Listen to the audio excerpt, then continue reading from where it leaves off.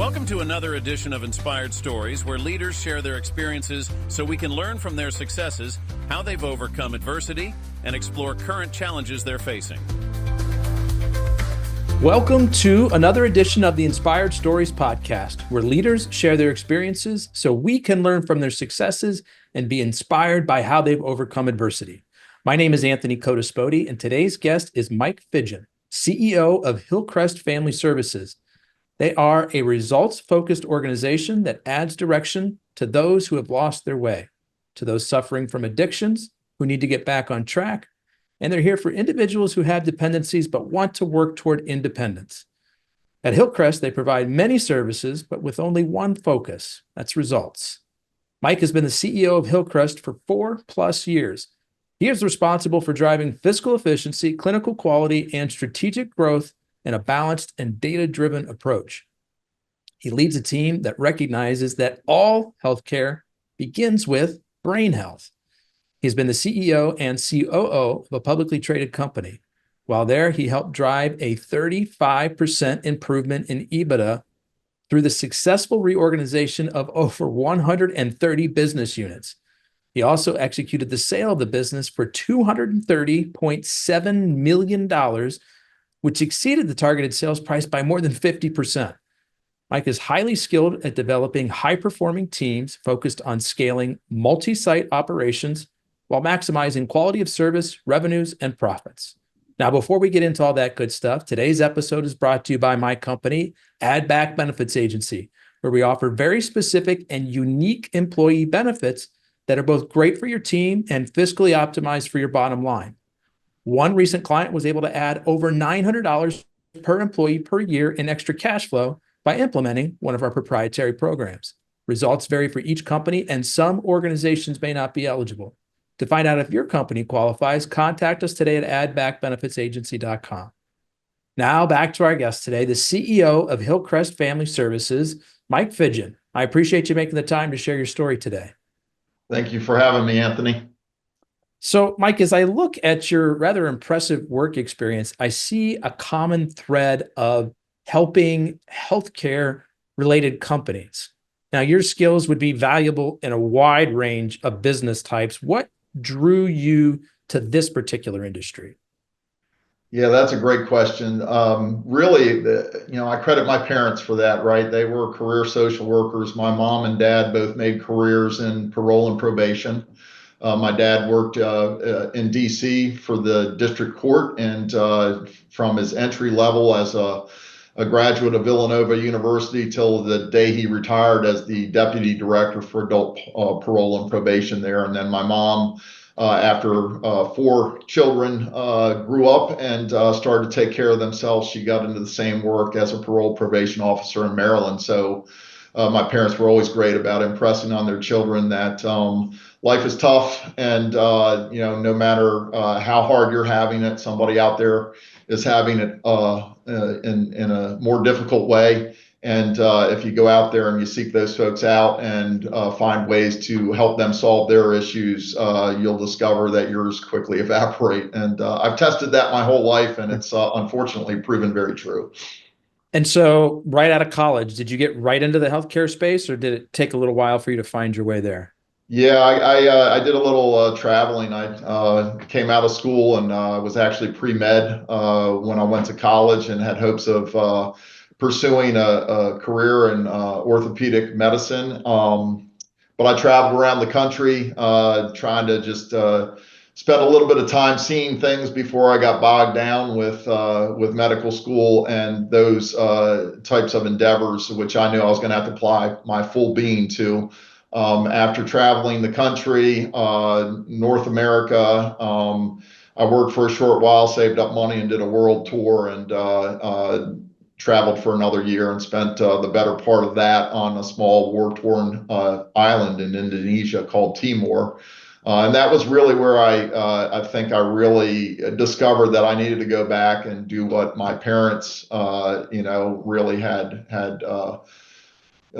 inherently kind of seeded in all of their children, which was to find a way to help those that were less fortunate. And I came back and got in about 1990, I think, was when I got into working with youth that were being diverted from corrections facilities and being given an alternative to more institutional types of care, and worked in a wilderness program that kind of launched my career in this mental and behavioral health space. Hmm. So let's talk about the position that you had at Providence Service Corporation. That's the publicly traded company that I referenced in the intro. How did that particular opportunity come about? Yeah, so I got into Providence Service Corporation at an interesting time. I had left the wilderness residential program back in the early 90s, and started to work in what then was called home and community-based services. And I worked for a couple of competitive businesses within the borders of the state of Virginia, and a company formed out in Tucson, unbeknownst to me until they started to shop companies to acquire. And one of the companies they acquired I had worked with was Family Preservation Services of Virginia. So that was their first acquisition on the East Coast. And I was actually not working for Family Preservation at the time, but I was asked to come back. I think there was a need for people that were willing to help to develop high performing teams, as Providence knew that they were going to, largely through acquisition, start to grow the business at that time up and down the Eastern Seaboard. And so I signed up and signed on in 1997 or 98. Providence was a relatively new organization, having started about a year and a half before that. And started as a general manager for that company that they had acquired, and then was a part of a team that focused on growing the business on the East Coast. So you mentioned that they needed somebody with the skills to develop high performing teams. How is it that you developed that skill of developing high performance teams?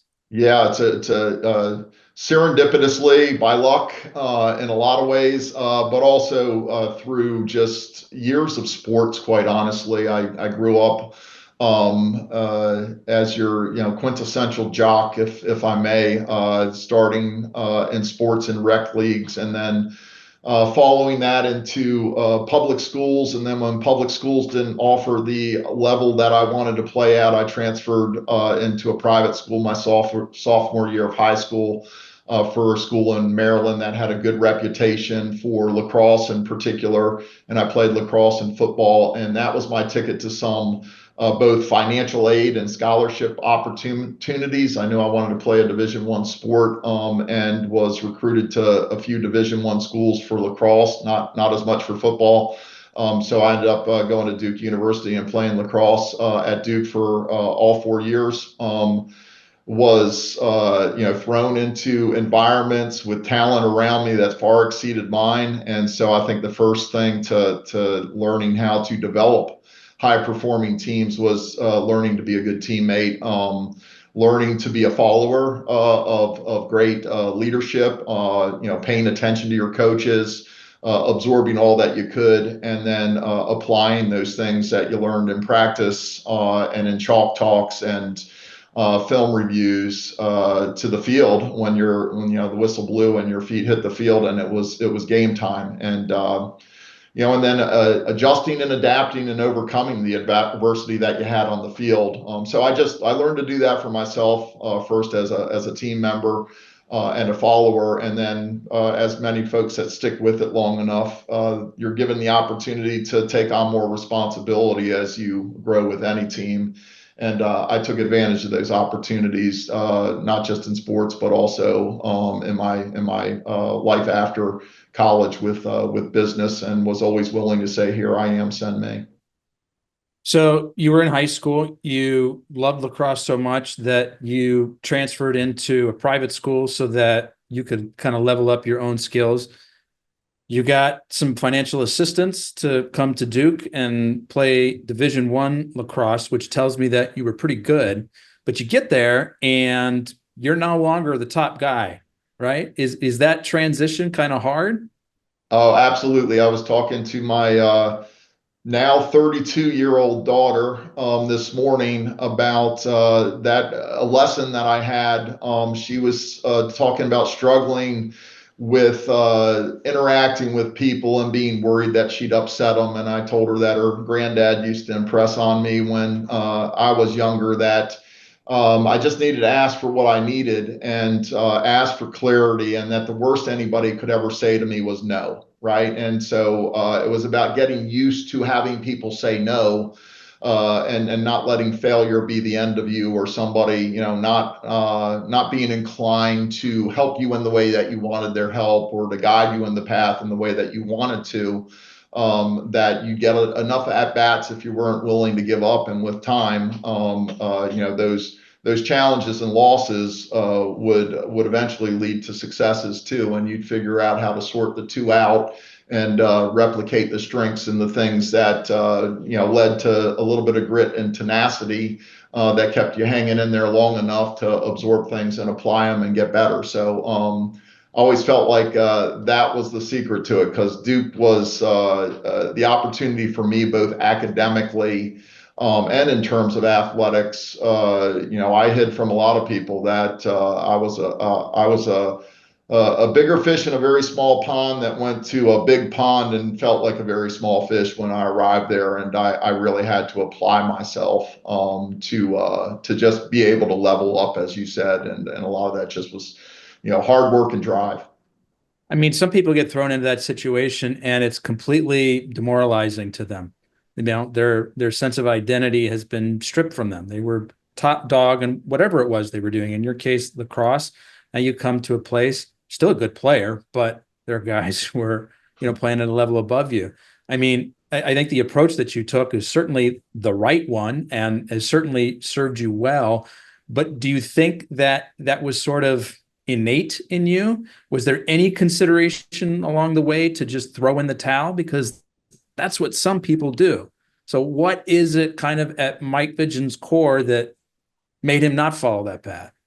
Yeah, again, you're asking some really great questions that get to the core of my being, right? And I think, yeah, there were opportunities to throw in the towel, and the desire to do that. Certainly at times when I was playing sports at Duke, and at times prior to that and since that, right? Whether it's sports or business, there are always those periods and places that mark crucible-like experiences in your life. And I think, I wanted to give up, but I hung on a little bit longer. And something that felt like it was meant for bad turned out really good for me. And I'm glad I turned the corner. But none of those things came.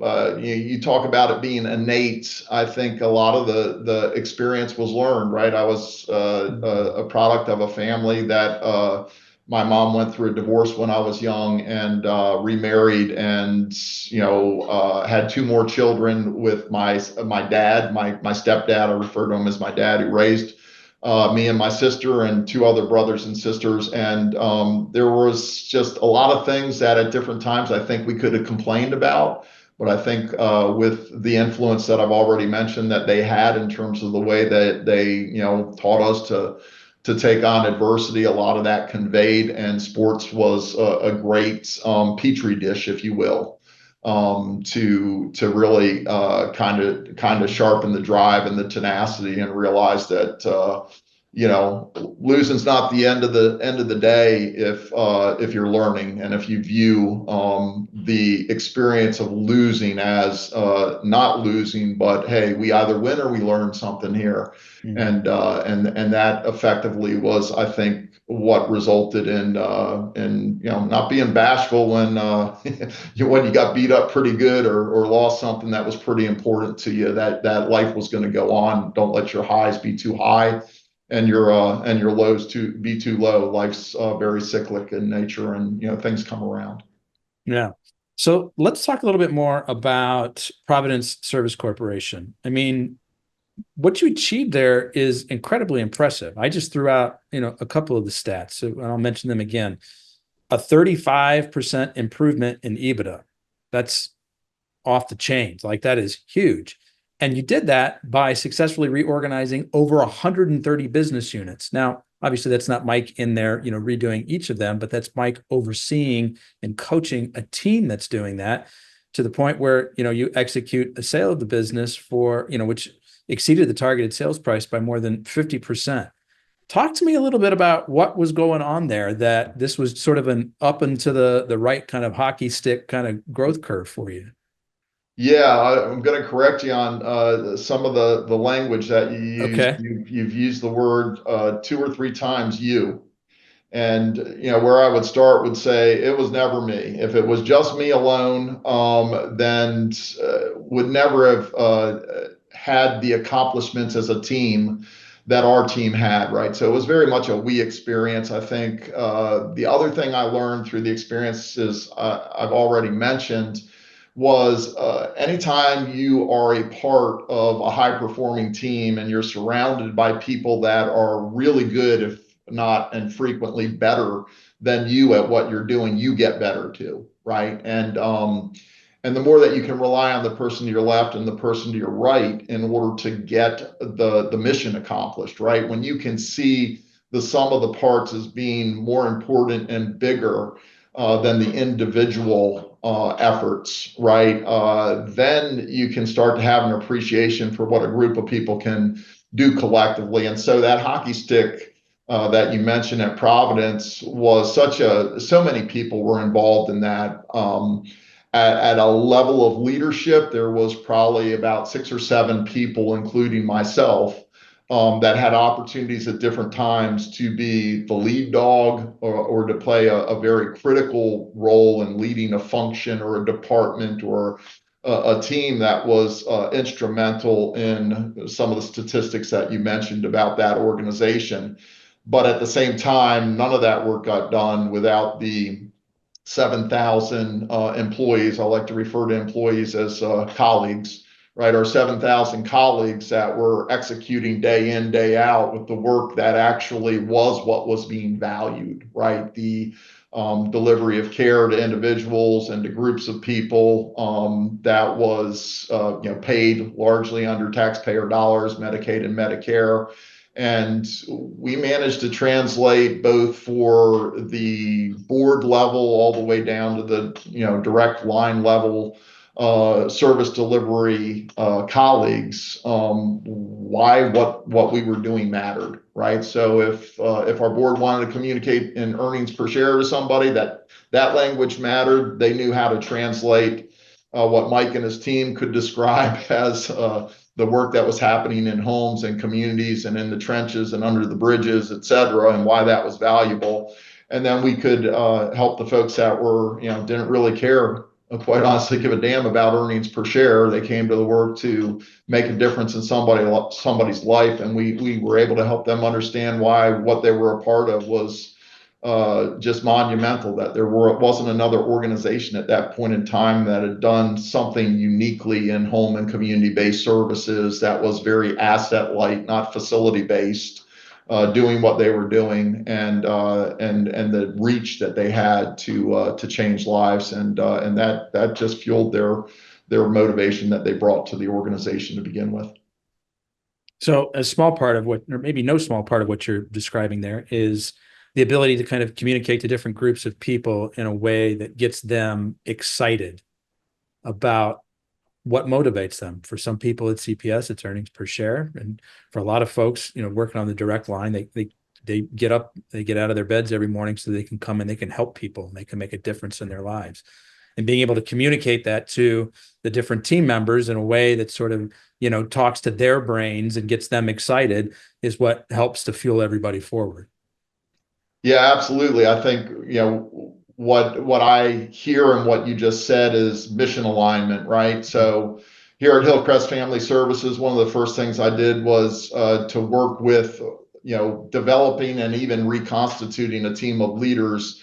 And within the first 3 months, we recreated an updated mission, vision, and value statement for the organization.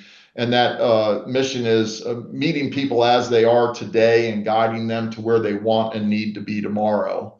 So, relating that back to sports, it's kind of like, hey, we got to decide on, what the name of our team is, how good we want to be, why we want to be good, what our fight song is, what our team colors are, what our brand recognition is going to be, et cetera, et cetera. And then we're going to, create a playbook and set out in that direction to execute on just that. So the mission has been, critical, but I think what makes the work, gain results is that the people that stay with this type of work over a course of time have a personal mission alignment, right? There is something in their life, either they have direct or indirect struggles with mental health, behavioral health, substance use. They have somebody in their family who has struggled. They grew up in a family and they were the caretaker of their siblings. They lost somebody at a young age and went through grief that they didn't know they would experience and recover from. And somebody helped them along the way, and they want to become one of those helpers. So you find that the folks that really can lead as well as deliver the care in this space come at it from a very personal place, and many of them have their own personal mission statement. I honed one in over the course of time that I used to carry in my wallet that was a paragraph long, and then it became 3 sentences, and then 2 sentences, and now it's just 2 words: help others, right? Period. That's my personal mission statement. So the opportunity with Providence Service Corporation, pretty good sized company, execute a sale, you looking for new opportunities. How is it that the opportunity with Hillcrest specifically came about? Still a decent sized organization, not the same kind of scale as where you were before. What drew you to Hillcrest? Yeah, the interesting time, it was an interesting time of life, right, for me. And I'm probably on a continuum of default decision making to very intentional decision making. I tend to be, I'll worry about it when I get to the fork in the road, and I'll decide there, as opposed to I know exactly what I want my path to be, when, how, why, where, et cetera. And so when the business sold, we sold Providence Service Corporation's behavioral health vertical to Molina Healthcare, Fortune 500 health plan, back in 2015. At that time, Providence had 3 other verticals that they had acquired and built into the business, with a non-emergency transportation business, a global workforce development business, and a 700 mobile nurse practitioner health assessment business at the time that they decided to part with the behavioral health component of the organization. And so when we went through that sale to Molina, it was an interesting time, because Molina had a hypothesis about how that organization could benefit people. They had about 8 million people under their health plan in 13 states and Puerto Rico at that time, and they had the belief that many of them that were costing a lot on the medical side were either undiagnosed or underdiagnosed with behavioral health challenges. And they thought our business could address that. And even if it didn't make money on the behavioral health intervention spend, it could bring their medical care down. For instance, the diabetic with schizophrenia is much more costly to a health plan as a diabetic with untreated schizophrenia than a diabetic who is receiving treatment for schizophrenia, and therefore better able to manage their higher cost diabetes. Great plan, but within 14 months, the Molina business hit headwinds and decided to take a new approach with their leadership, and changed out their leadership team. And when the new CEO came in, his focus, as it should be, was to really get back to executing as a health plan, and they got rid of a number of different businesses that they'd acquired along the way, like ours 14 months earlier. And so it went back out to sale 18 months after. And I came out of the business then because I wanted to see our business come together and pursued a management buyout with a PE sponsor. And we got to a letter of exclusivity, horseshoes and hand grenades, right? It didn't score any points. They ended up releasing that commitment and selling to another PE shortly thereafter. And I had to sit out for a year on a non-compete. I did some consulting long enough to realize I wasn't a very good consultant because I couldn't charge people for my time very well. And I was a team-oriented person. I wanted people around me. So I ultimately, and then COVID hit, right? I ultimately rethought what I wanted to do. And I decided I wanted to go back to doing something that I enjoyed in my past, which was running a business like I did in Virginia as I was moving through the ranks of Providence. That I never did anything long enough and well enough to get good at it, and I wanted to try again to see if I could get good at it. And there were a number of different other factors that played into the decision to relocate to Iowa in particular and come to this company. But I'll leave it at that for now. Did I just hear you say that you weren't at the previous role long enough to get good at it? Yeah, I had a lot of what I call battlefield promotions, right? So Providence was a remarkable journey. I was with them for 23 years, and I literally started. And in fact, I remember AOL was how we communicated by email back then, and I probably still have the email address. It was fpsgeneral@aol.com, and the general was basically when I met my boss. They sent a COO out from Tucson to take over the business after the founding CEO of the company they acquired wasn't going to be able to get the job done. And my boss, who hired me, basically said, "Oh, you'll be a generalist. I don't know exactly what role you'll play, but I've been told that we need to hire you because we don't want you working with our competitors here or in other places, and you can really be a part of a team that helps to accelerate what we want to do on the Eastern Seaboard. So yeah, you're a generalist. I don't have a really good position description for that." So I decided Family Preservation Services, fpsgeneral@aol.com would be my email address, and that's how it played out. I started, and I brought to the organization some operational strengths that focused on the financial efficiency. Other people took care of the quality on the clinical side, and I learned the language and interfaced with them. And then I was about business development and growing programs, which meant growing and developing people. And so I ended up more in the operational roles with a couple other colleagues who did the business growth and the clinical assurance pieces of it as we started to acquire businesses and grow businesses up and down the Eastern Seaboard. So as soon as we got successful, I got more territories, more programs, more oversight. That's what I'd refer to as battlefield promotions, where I hadn't really mastered the last job. I was just starting to get my head wrapped around it and looking forward to doing it when somebody said, "Hey, no, you're running the state of Virginia, but I need Virginia, DC, North Carolina, and Delaware covered. Are you willing to step up?" And as I said earlier, my attitude was always, "Yeah, here I am. Send me. You don't seem to be asking or requiring any prerequisites, so I'll give it the old college try." Send me in, coach. So I want to talk just for a second about that year that you had to take off because of the non-compete. For people who are hard drivers, they like being busy, they like being around people. Like you just record scratch, like everything stops all of a sudden. Okay, so you had some consulting things, but it's not the same as kind of having that same drive and purpose and like getting out of bed every morning for this big picture. What was that year like for you, sort of mentally, emotionally?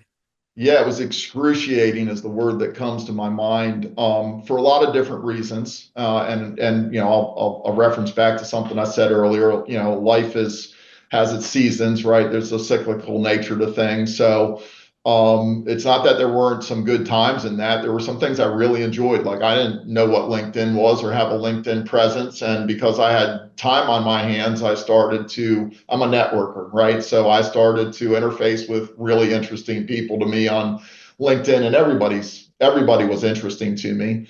And so before I knew it, 3 months later, I'm talking to people on a regular basis on LinkedIn, and WhatsApp, I think, was being used at that time. We do conferences and stuff. And I had friends in Israel and Saudi Arabia and Australia and, you name it, right? I mean, we were having global discussions about all sorts of things. And so I really very much enjoyed that time and learned how to be with myself, right? While also being connected remotely through those sorts of things and getting that itch scratched around being in conversation at the very least with other people. But then there was also the side of it that was working from home. Having my best friend be my dog at that time. My wife worked in a hospital setting, and she left early and she came back late at night and was tired. And when COVID hit, she was in an ED, and there was a lot of unknowns, as I don't think I need to explain to anybody. And we even because of the demands of her job, got an apartment closer to the hospital for her, so she didn't have to make trip late at night through country roads to get home. And I eventually, I was depressed. I really struggled at that point in time as it related to having been a part of something that was not just team oriented, but felt like it was a big deal, and then all of a sudden to kind of be solely focused on what I might be able to offer by way of consulting, which again was not my strength. I think I discovered the more I did it, it's not that I didn't have some effective engagements and enjoyable things that I did, but it wasn't the continuity that I wanted, and the relational aspects of the work that I wanted just wasn't in that. Any parallels to that lacrosse experience coming to Duke, being the big man, and the longer you're the big man, you kind of have to reestablish a new identity. And I don't know, now you're transitioning from one role to, I don't know what I'm doing next, and kind of having to find yourself again. Yeah, I've always drawn on past experiences. So there's no doubt there was that connection. I also think it was an appreciation or an awareness that there are seasons to life, and aging's a reality of that, right? I'm 58 now, and I've been in this job for almost 5 years. So I was 53 when I came to Dubuque, and it was I was in 51 at the time that I thought, after I left Providence Service Corporation's behavioral health business, sold to Molina, that I thought I was still relevant, right? Like I struggled with coming to discover over the course of a couple of years that 53, 54, at least in the work that I had done, was in some ways considered I don't know that old's the right word. I'd assume that the experience, the path, et cetera, would have been more highly valued than somebody who had just completed their MBA and didn't have that life experience to draw on. But I came in second for a lot of really great jobs, if that makes sense, right? I had plenty of interest, but I wasn't landing the big COO, CEO job that I had hoped for. And when I looked at the people that did land them, it was, somebody out of an industry that either didn't make sense or they just didn't have the experience, et cetera. Again, no discredit to organizations that I think chose really good leaders, but it was a wake-up call to me. And so I reassessed, what was important and what I wanted to do. And I think that's where I kind of made the decision to not pursue the corporate thing and look more at getting my hands dirty again, rolling my sleeves up, and being a leader, but as a part of a smaller community. So let's talk about Hillcrest. We've kind of talked around it a little bit, but let's roll up our sleeves. And maybe a good way to approach this is, talk to people listening. We're like, I wonder if Hillcrest is for me or one of my loved ones. Like, give them kind of a little presentation of here's who Hillcrest can help and here's how we do it. Yeah, so I've got a book on my desk here that's 400 pages long that was written by my predecessor, CEO of 30, almost 40 years here in the seat before me. Gentleman by the name of Gary Gansmer. Still play pickleball with him to this day, and he introduced me to that sport. So yeah, the legacy is amazing here. It's, this organization dates back to 1896. It began as an orphanage, and was basically the place. If you've been to Dubuque or you haven't been to Dubuque, it's on the Mississippi River, tri-state area. It's where Illinois, Wisconsin, and Dubuque all converge. One bridge you can drive across and keep going all the way to Chicago, and the other one you can drive across a bridge that's a half a mile apart from each other on the Mississippi River. That'll take you to Madison, Wisconsin. And Dubuque has a bluff. So at Mississippi River level, you're below the bluff, and then if you drive west, you eventually have to go up hills in order to get above the bluff. And Hillcrest sits above the bluff on a 7-acre campus. And back in 1896, a woman by the name of Dr. Nancy Hill basically took in single mothers who it just wasn't fashionable to be pregnant without a father. And so they got sent above the bluff to have their children, and then to come back down after, things were resolved, and resolution usually meant adoption. So that's the way the organization started. And over time, it continued to focus on the disadvantaged and the marginalized. And over the years, it started to spread out a little bit more into residential services, especially for delinquent teens and teens that had substance use issues. And in the 70s and 80s, just to fast forward a bit, when other states were pumping a lot of money into residential care, it rode that wave. And so the facilities at one time here on campus alone had over 200 kids. We have less than 20 on campus today. We've got a 70-bed facility for adults with what they refer to as a persistent mental illness or chronic mental illness, that the closest thing that they're going to have to community-based living and care is in that facility. And when they can't be stepped down, we run 5-person adult group homes as a way to bring them closer to community as well. So the organization and what I'm trying to bring to it is a bit of a pivot to what my experience at Providence was, which is more asset light service delivery. Get into the schools, get into people's homes, get into the community centers, go out away from your office and the campus, and go find the homeless under the bridge or out in the woods, and assess and approach for what it is that they need in order to solve their challenges and issues, which typically involve mental health and substance use issues, as well as food and Maslow's hierarchy, right? Housing, et cetera. So yeah, I think that's somebody that's coming into care here is going to have the traditional opportunity for things like outpatient counseling and prescribing services, but we can also go to them. We deliver school services in about 10 schools here in a 10-county area in and around Dubuque. And we also have what are called assertive community treatment teams that are those types of organizations or groups of people that go out and find people and meet them as they are and where they are in the community, as opposed to having people come to us to either be in a facility or to receive services in one of our buildings. So correct me if I'm wrong, Mike, but it sounds like a pretty significant of your percentage of your patient population is dealing with some kind of a substance abuse situation, but not all of them. Some of them have some mental health issues that are there is no substance issue there. Is that correct?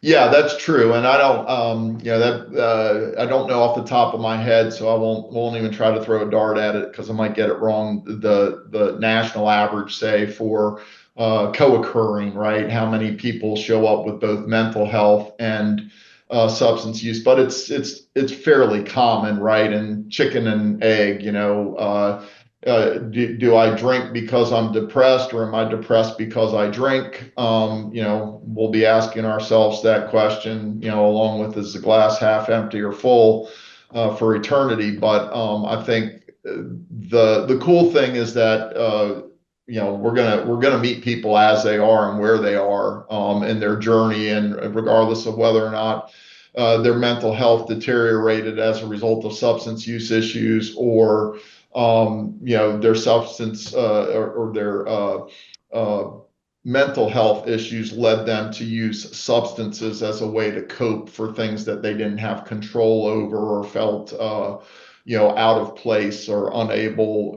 inadequate around, et cetera. And then they found a way to just be able to manage that through substances as a coping tool.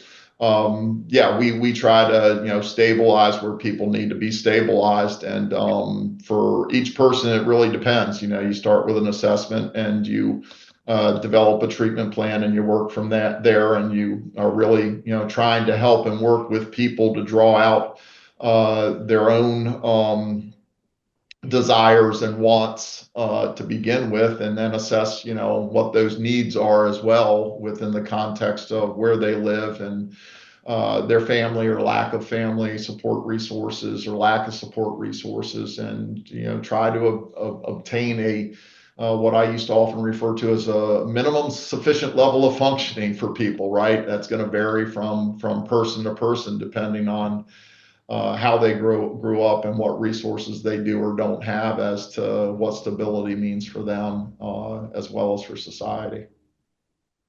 As you think about whether it's kind of locally, regionally, or nationally, other groups that are doing similar things to Hillcrest, what do you think you guys do that sets you apart? Yeah, there's so many. This space, from my time back at Providence, and I'm going to go back to 2015 because I can see our slide deck pretty well when we were selling the business.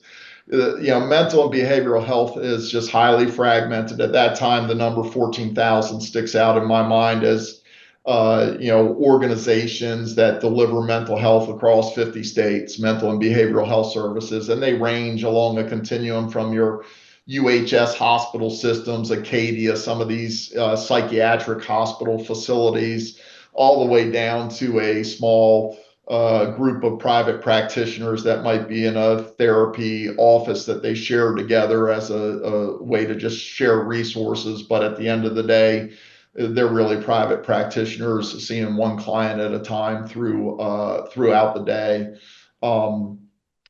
So I think that the uh, part of the challenge in the U.S. is that fragmentation just didn't happen because providers and organizations designed it that way.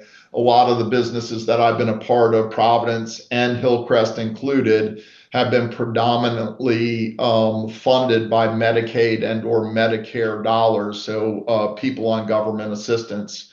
And there's been some private insurance. There's certainly private insurance in this space, and there's self-pays and sliding scales. But at the end of the day, Hillcrest is what's known as a safety net provider, meaning that if somebody's uninsured or underinsured and unable to buy or pay for their care, it doesn't mean they'll get denied care. In fact, one of our facilities that we repurposed on campus is a mental health urgent care center, where you can walk in off the street and be assessed and hopefully connected to the right services at Hillcrest or elsewhere in the community. But it's really the way that funding at the federal, state, and local levels, counties, municipalities, driven by boards of supervisors, city council, et cetera, designate the delivery of this sort of safety net care that has caused it to be very fragmented. There's the organizations are as diverse and somewhat lack structure following the various funding, which can come and go, and sometimes, as a result of various political agendas too that are out there. So I talk to a lot of business leaders, and while some of them say the labor market is softening a little bit, it's still pretty tight for most of the people I talk to. So I'm always curious to better understand, especially someone with your background and developing and leading teams. What are some things that you're finding success with in terms of recruiting and then retaining good folks? Yeah, and I wish I could ring the bell on this and say, we've You figured it out. yeah, we've got Rubik's Cube solved on this issue, right? If you were to ask me, especially now, not just for Hillcrest, but for businesses like Hillcrest, especially in Iowa, but it's a national phenomenon, there's a huge workforce development shortage, specifically in behavioral mental health care, as opposed to primary care on the medical side.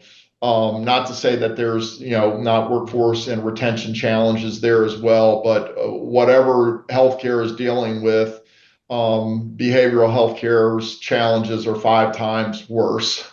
Wow. Lacking technology, lacking the financial backing, the business acumen as a result of the lack of funding and money, and that drives talent, right? It's not uncommon in my 30 plus years of doing this work that many people that work here, make on average $35,000 to $45,000 a year, and that's not adjusted on a regular basis for inflation.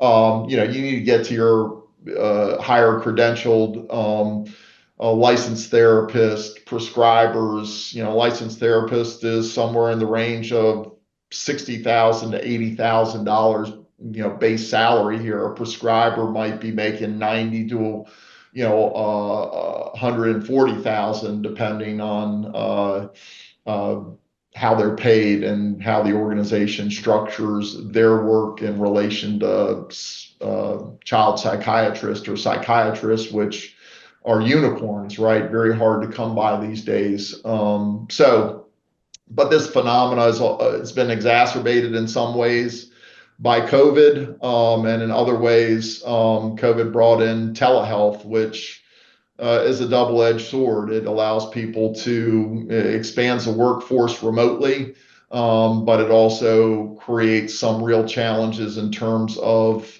people that are credentialed and could be delivering care locally, serving people outside of their own communities, if not outside of their own states, in the way that works today, and paying a premium for these.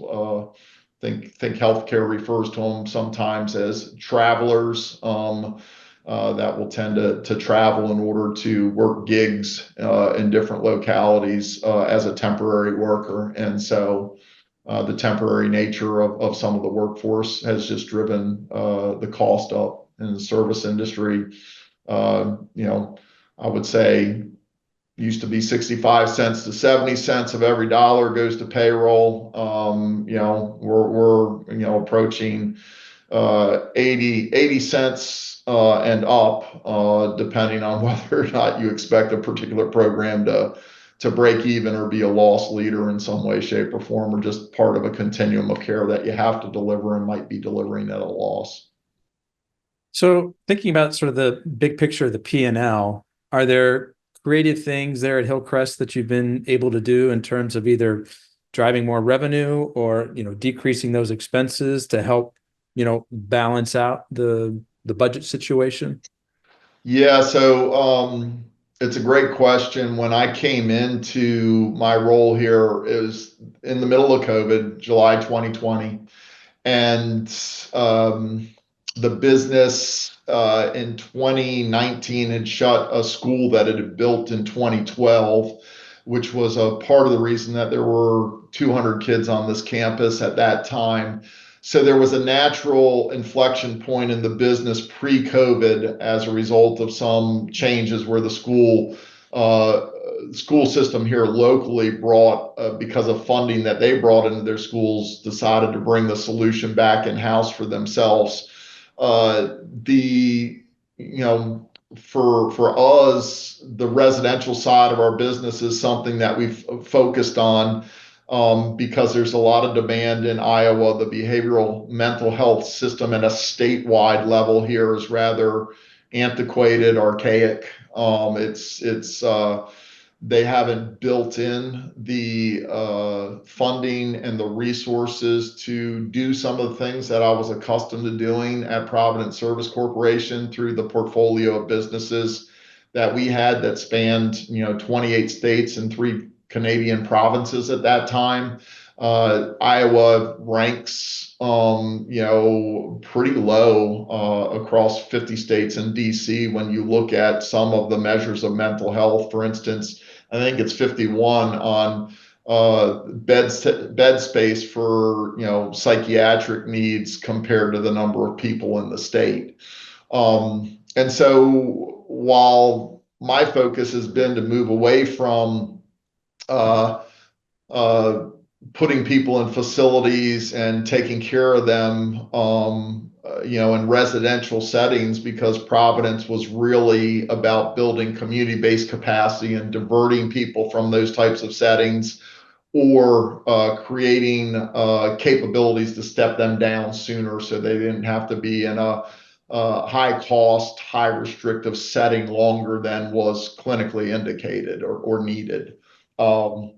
Haven't really been able to do that here as much as I thought I might be able to, because the funding system and the politics and the structure of Iowa mental and behavioral health has caused us to lean back a little bit on what I refer to as kind of the coal burning furnaces that keep the lights on, right? Our residential programs. Although we are seeing some good pickup on that assertive community treatment team I mentioned, getting out into the community and into schools, I do believe there's opportunity there. And then the middle ground is traditional outpatient and prescribing services for folks that may need a session of therapy a week, or may need to have a medication in order to manage their mental and behavioral healthcare needs, as opposed to more intensive services that may require multiple visits a week, if not some form of residential care. Mike, I'd be curious to hear about a particular challenge, either personal or professional, that you've gone through, had to work through, overcome, and some of the lessons learned going through that. Yeah, is your question in the context of here at Hillcrest, or how broadly are you asking? It could be Hillcrest, it could be a previous job situation, or it could be something on the personal front. Generally, the right answer is whatever popped into your head first. That's the problem. Like 4 things popped into my head. Like I'm the master of, we're in the problem business, so welcome problems. At the point in time in which there's no problems, we've solved them all, then we're probably out of business. I think. Let me choose one, and I think I'll distance myself a little bit from Hillcrest, so I don't get run out of town on a rail. The experience, I think, at Providence, I've talked about it a little bit, probably that doldrum period after coming out of that corporate job. There were so many of those battlefield promotion experiences. Everything was new and fresh, and I used to use the visual analogy of a roller coaster. You can hear the chain click, click, click in the old school one when you're going up the hill, anticipating the ride and things are going well. And it's a rush, coming down the back side of that. And then, if you're fortunate, you get a few more of those ups and downs. But, when it needs to be repaired or brought into the shop or shut down, et cetera, those are painful times in any business. And I think the upward ride and the thrill of things is a lot of fun until your hockey stick plateaus and goes the other way, right? And that's where you're really tested as a leader, when you have, when you have to learn what the acronym RIF means, and you have to be the one that delivers that, or worse yet, you feel responsible for not having acted sooner or put in place some things when funding and times were better, that you really focused and put under a microscope because you wanted to avoid that reduction in force. You didn't want to become a smaller team. You didn't want to be less competitive in a particular geography. You didn't want to lose market share. You didn't want people to think that you didn't want your mark to be how well you managed downturns, right? But again, I use the word crucible. That's the crucible, I think, where your greatest lessons come. I often say to people in one-on-one sessions here, the things that I think developed me the most would be the $4 million that our business lost in a contract in North Carolina. And remembering when, I felt like I needed to go to the parent company CEO and say, hey, look, I know I just, on my watch, we're owed $4 million from a managed care organization, and no excuses. I can give you explanations, but not excuses. And I'd understand if you wanted to fire me as a result of this. And that CEO said, I'd be stupid to fire you right now. You owe me $4 million. Go out and fix this problem. And while all of that was a little bit facetious, it's really how I remember living it, right? Like, okay, that's right. Draw on those sports things and say, hey, just because we're down 10 with 3 minutes to play in a lacrosse game and we're not going to win it, doesn't mean that we don't clear the deck and say, okay, let's compete with this team and win the last 3 minutes, right? And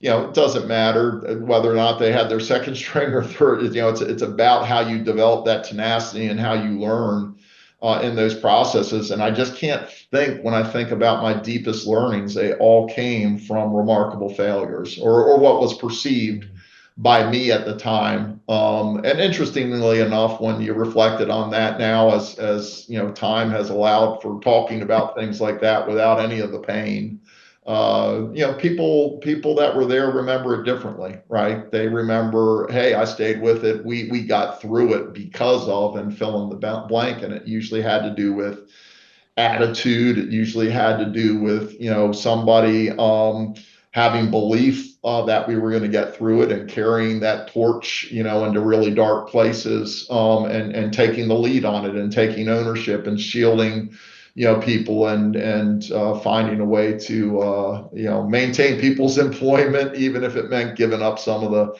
the perks and the fun things to live to fight another day. So I'm full of cliches and wonderful adages, but so many of them tend to be pretty true at the end of the day. Well, I could definitely tell that the grit and the resiliency that you learned through athletics is carried over well into other aspects of your life.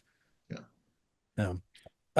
Mike, I've just got one more question for you, but before I ask it, I want to do two things. Everyone listening today, like today's content, please hit the like, share, or subscribe button on your favorite podcast app.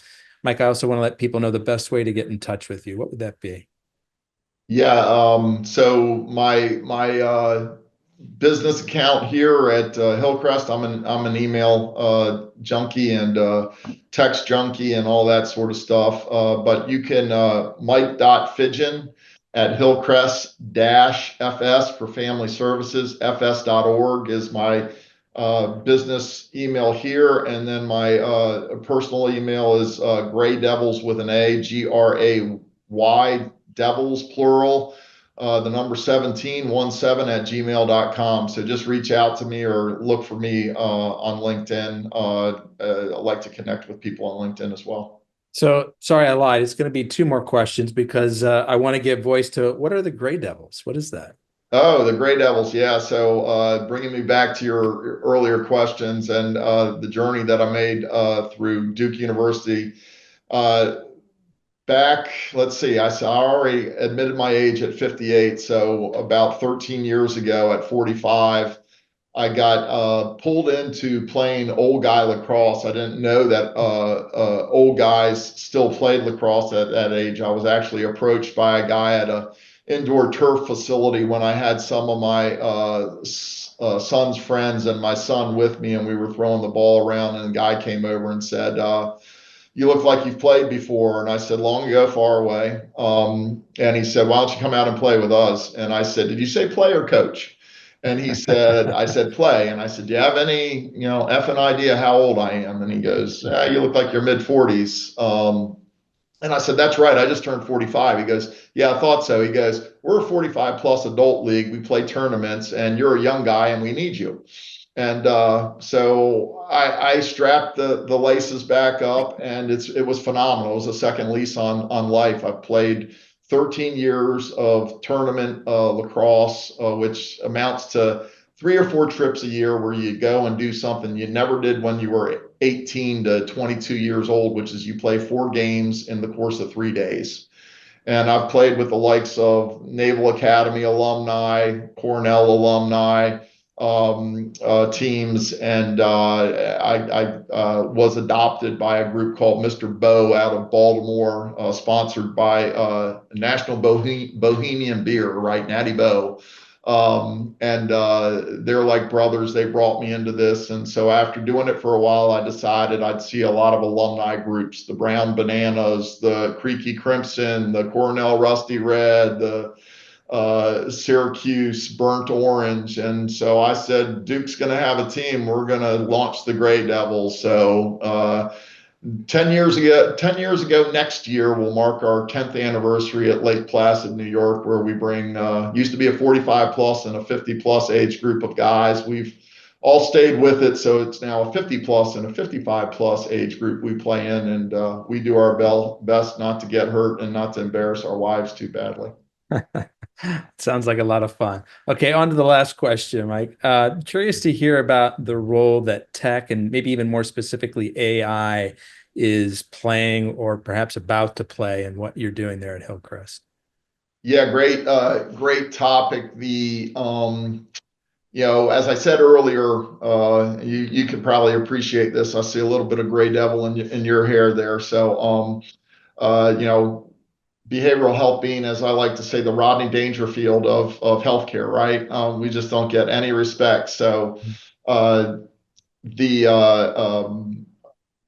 tech in particular is something that costs money, right? Especially if you're going to innovate and stay ahead of the curve or be an early adopter.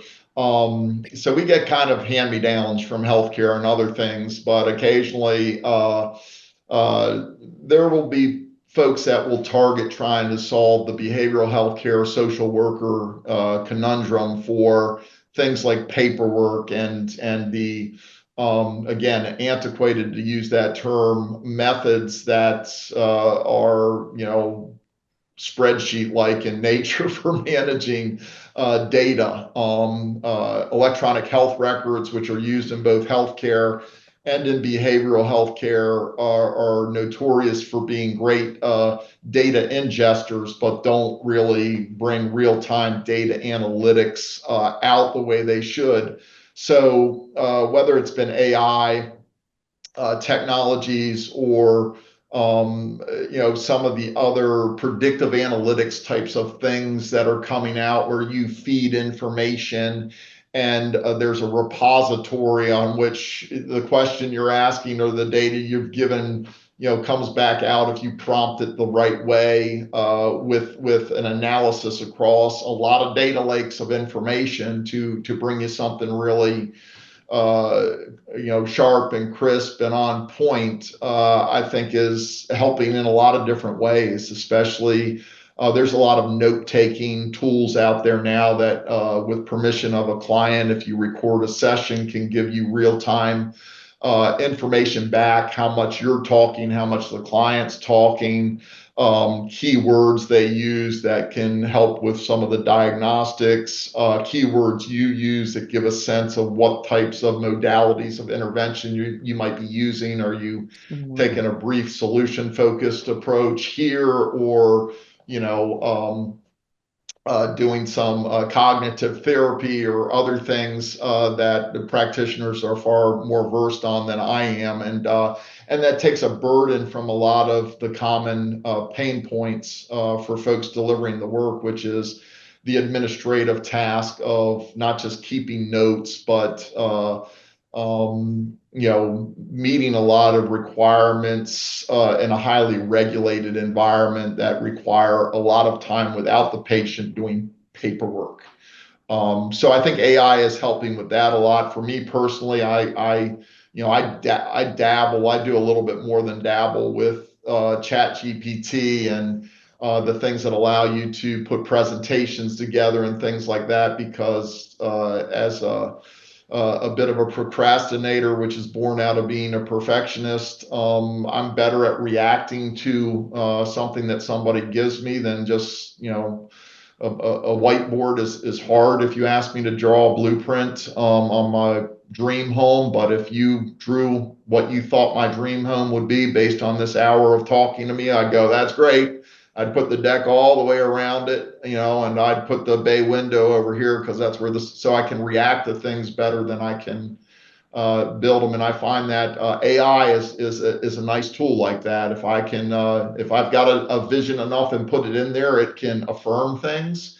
It can make me think about it differently. But if I'm at an absolute blank, but I know how to prompt it, it's pretty amazing to me when I've tested it just with my 30 plus years of knowledge in this space and asking it some stuff that I would think that you'd have to have lived in this to know this, and ask it for a top 5 or an outline or something. I'm like, yeah, that's pretty good in terms of however the great and wonderful wizard is, or the Willy Wonkanator is pulling that information from the backside into something that resembles intelligence. Years ago, a different venture of mine, I had a phenomenal copywriter that worked with me. And it was kind of similar to ChatGPT in the way that you're describing it, is she would give me something to start with. And it was like, oh, great. Yeah, this is kind of what I had in mind, but let me sort of mark it up and give you some feedback.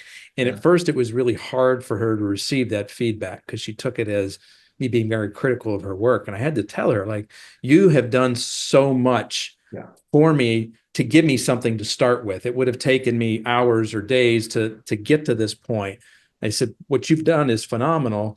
Like, you're just helping me sort of take it to the next level. And now, right, with Chat GPT and Claude, and, some of these other platforms, it's the same kind of thing, but on steroids, right? I don't have to give her a project and, she goes away for hours or days and then comes back with something that I can then mark up. ChatGPT did that for me, in the course of seconds or minutes. Did you just say Claude? Was that one of the ones? Claude. Claude. I was going to say my wife bought me for Father's Day this year the Claude Note, and it's just it records, right? If I had it running here, certainly wouldn't run it without your permission, but let's say I had it running here, I could get a transcript, I could get a note summary, and I could get a mind map of what we've just spent, an hour talking about.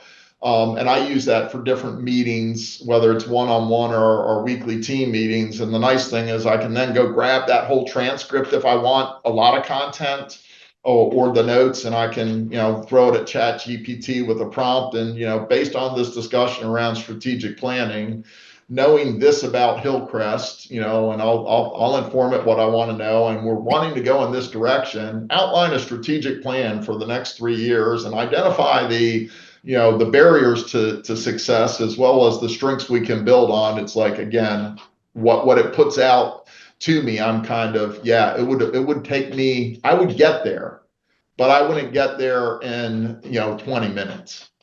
It would be like 6 months. And you've probably been on a Zoom call. Either you use this or you've seen other people who use it. They have a note taker that joins. And you can feed that note taker sort of prompts. So like, hey, this was a sales meeting, so I'm going to want this kind of feedback. Or this was a team meeting where we discussed ideas, so I'm going to want this kind of summary and feedback. And so, after the meeting is over, it summarizes what everybody had to say. It gives you whatever sort of, it responds to the prompts that you had filled in there. And it has like all of the to-dos, like the next steps that were mentioned. And it's just, yeah, it's such a tremendous time saver. So, what we're talking about with, Hillcrest and sort of the clinical setting, having folks be able to, take what was a very manual and time intensive process to take notes and then, have to put them into some sort of a form after the fact so that, you're filing all the state requirements, the federal requirements and all that. And now, be able to just have that meeting be recorded and then fill in most, if not all of that for you so that you can spend a lot more time with the patient, right? I mean, that is, we're getting there. And once we're there, this is going to be huge. Yeah, absolutely. So it's going to be fun to follow. Well, Mike, I want to be the first one to thank you for sharing both your time and your story with us today. I really appreciate it. Yeah, thank you, Anthony. I appreciate you inviting me to be a part of this. Folks, that's a wrap on another episode of the Inspired Stories podcast. Thanks for learning with us today.